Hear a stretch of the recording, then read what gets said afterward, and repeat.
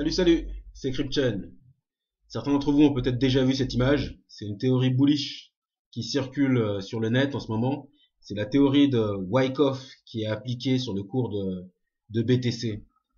Donc j'ai trouvé la théorie intéressante. Elle est plus intéressante que d'autres théories qui en général circulent sur le net. Et puis bon, ce qu'il faut savoir, c'est que dès qu'une théorie circule sur le net et qu'elle est connue par beaucoup de personnes, elle a peu de chances d'être vraie, si elle était déjà vraie auparavant déjà, quand elle a commencé à circuler sur le net.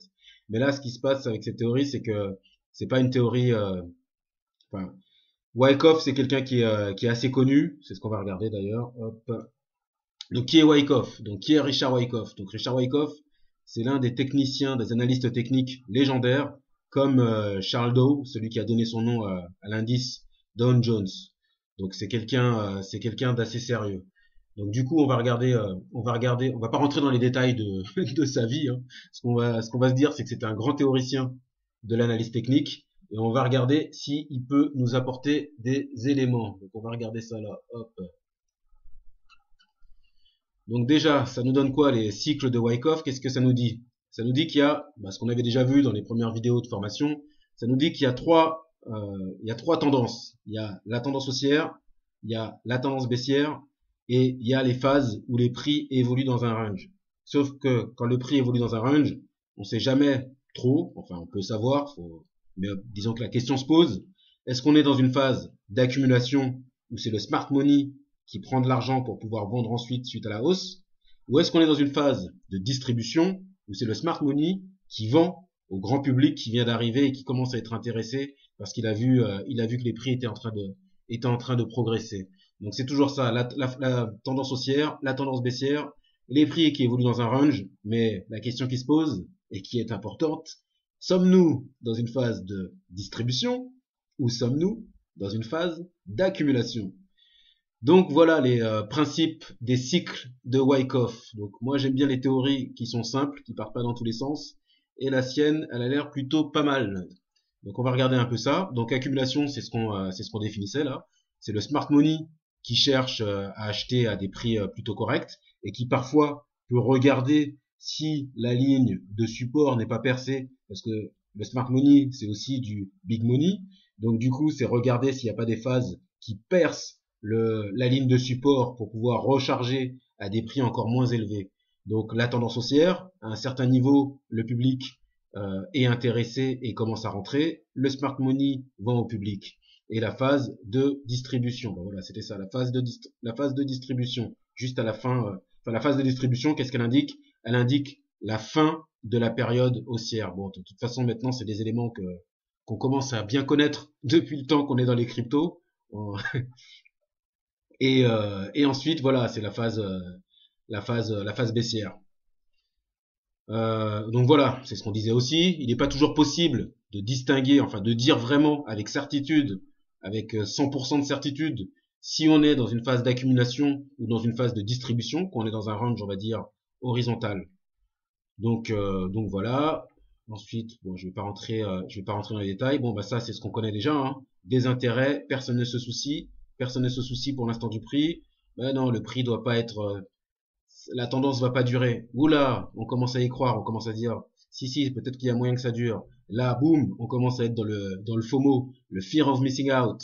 Là, on se dit bon sang, il faut que j'intervienne. Et là, on se dit que ça ira plus haut, sauf que non, ça ne va pas plus haut et ça commence à chuter. Mais ça, ce qu'il faut se rappeler, c'est que ça se passe comme ça dans le marché des actions. C'est-à-dire que si je vais sur bon, je vais aller là. On reviendra sur celui-là. Je vais montrer quand même le truc. Pour le Nasdaq, si on va sur le Nasdaq et qu'on regarde au niveau, je vais mettre au niveau du mensuel. On va regarder ça. Voilà, au niveau du mensuel, les années 2000, ceux qui s'en rappellent, c'était ça. Là, c'était la bulle Internet et là, c'était le crack. Et combien de temps ça a repris? Parce que maintenant, le Nasdaq, comme on le voit, il est à ses all-time high. Il est en train de pulvériser maximum sur maximum. Mais combien de temps ça a repris au Nasdaq pour récupérer son niveau on va dire, de 2000, de 2000, des années 2000? Ça a pris 15 ans pour récupérer les niveaux. Et ensuite, en 2017, maintenant, donc 17 ans pour atteindre les points max. Donc on sait que dans les cryptos, ça se passe pas comme ça, que ça va beaucoup plus vite. Et là, on va présenter du coup, je vais repasser sur la bonne échelle de temps, la théorie bullish. Donc je crois que j'étais en daily. Donc voilà, donc la théorie bullish en question, c'est celle-ci.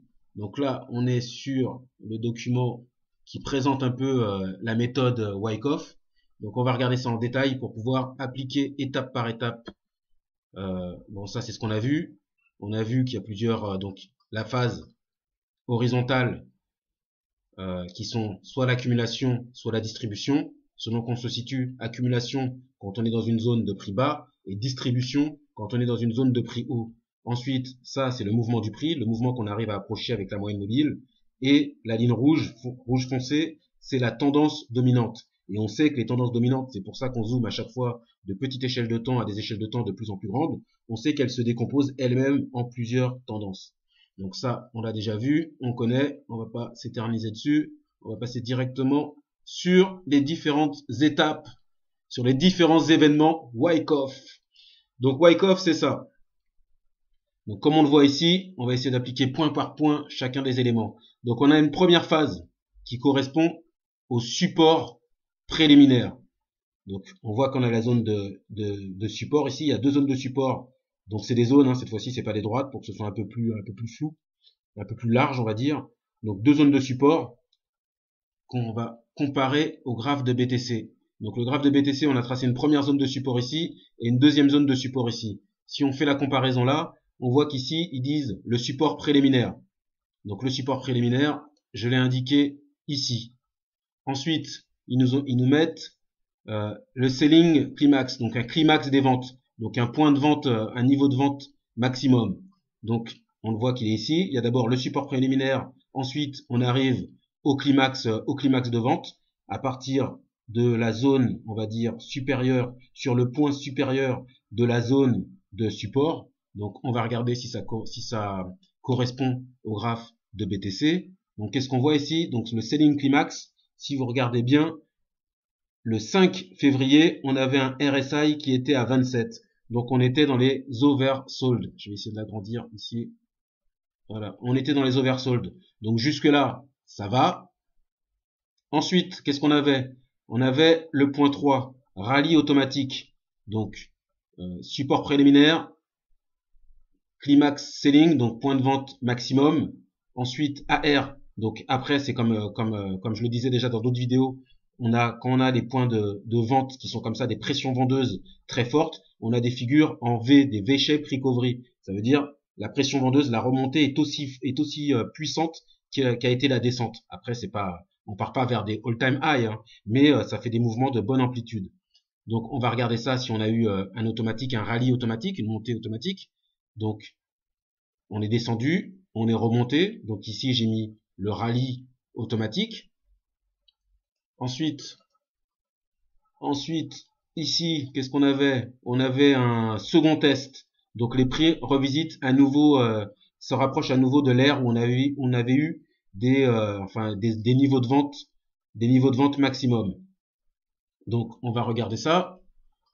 Donc ici, on aurait pu mettre, moi je l'ai mis là, à ce niveau-là, on aurait pu mettre là un premier ST, puis un ST en deuxième phase. Donc je l'ai mis là pour indiquer qu'il fallait quelque part qu'on se rapproche en fait des niveaux de vente qu'on avait eu à ce niveau-là. Donc ça correspond approximativement, on va dire.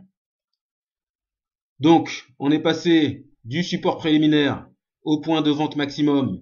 On est remonté avec le rallye automatique. On a fait un second test un peu plus au-dessus de la zone des ventes maximum. C'est ce qu'on a vu sur le graphe de BTC. On est un peu plus au-dessus, enfin, on va dire que là, on était dans les 6008, et là, on est dans le quoi? On est dans les 7003.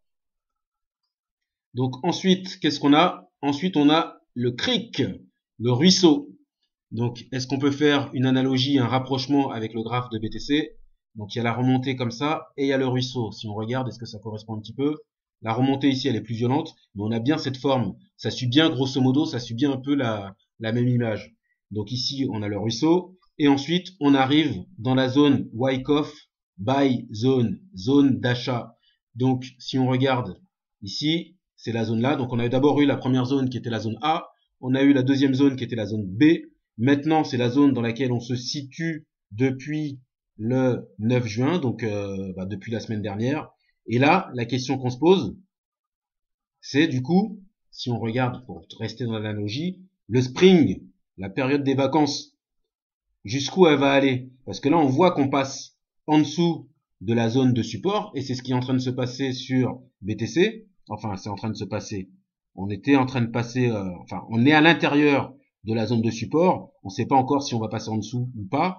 Il y a ceux qui espèrent qu'on va faire un triple bottom et qu'on va rebondir, même si on a déjà commencé à passer un peu en dessous. Et il y a les bears et du gros argent de Wall Street qui aimeraient bien que ça descende un peu plus bas. C'est pour ça que j'ai mis ici jusqu'où iront les bears. Donc voilà, mais si on fait l'analogie, ça y ressemble. On se trouve un peu dans cette zone-là.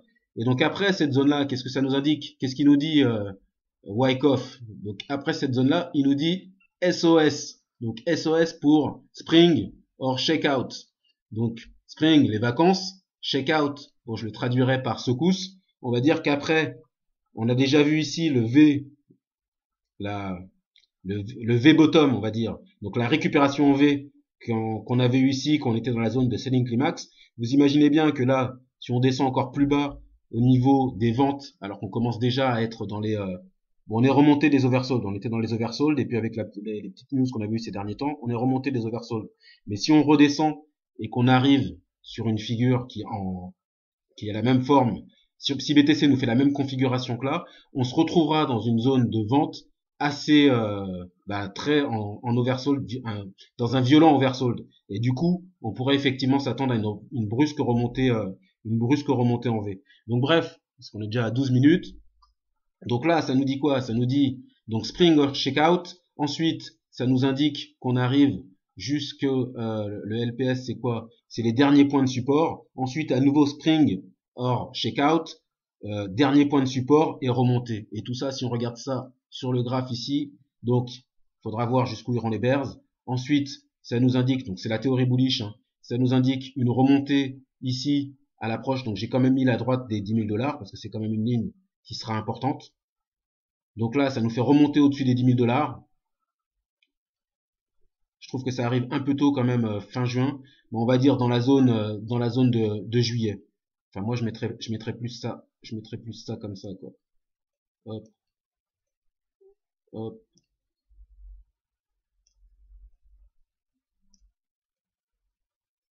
Voilà, on mettrait plus ça comme ça. Donc, en se fiant à la théorie de notre ami Wyckoff, du coup, ça nous donnerait quoi? Ça nous donnerait l'incertitude qui reste encore sur l'action des bears, une remontée à ce niveau-là où on bute en fait sur la ligne de résistance, une redescente au niveau du dernier point de support, une remontée ensuite au-dessus de la ligne de support, et donc un passage dans la zone des 12 000 $, une rechute sur le support des 10 000 $ aux alentours de fin juillet, et ensuite c'est parti pour un été plutôt sympathique pour BTC. Donc bref, c'est une théorie qui circule sur le net, qui s'appuie sur des analogies qu'on peut faire entre le prix que suit BTC et la figure de Wyckoff. Mais après, c'est comme toujours, hein, quand quelque chose circule trop, en général, cette chose-là n'arrive pas. Donc, on va quand même regarder rapidement s'il y a quelque chose à dire sur BTC USD aujourd'hui, mais il me semble pas la dernière fois que j'avais regardé. On retourne sur le 1 heure. Donc, on est toujours en train de batailler avec la moyenne mobile. Donc, on se situe toujours au niveau des 6 515 $. Donc, pas d'analyse technique aujourd'hui. C'était juste la petite dédicace à Wyckoff avec une petite théorie bullish. Donc voilà pour aujourd'hui, c'était CryptChain. Je vous dis à demain pour faire le point sur le niveau où la bougie hebdo va clôturer. Et puis pour le reste, on verra bientôt si la théorie de notre ami Wyckoff va tenir ou pas. Ciao.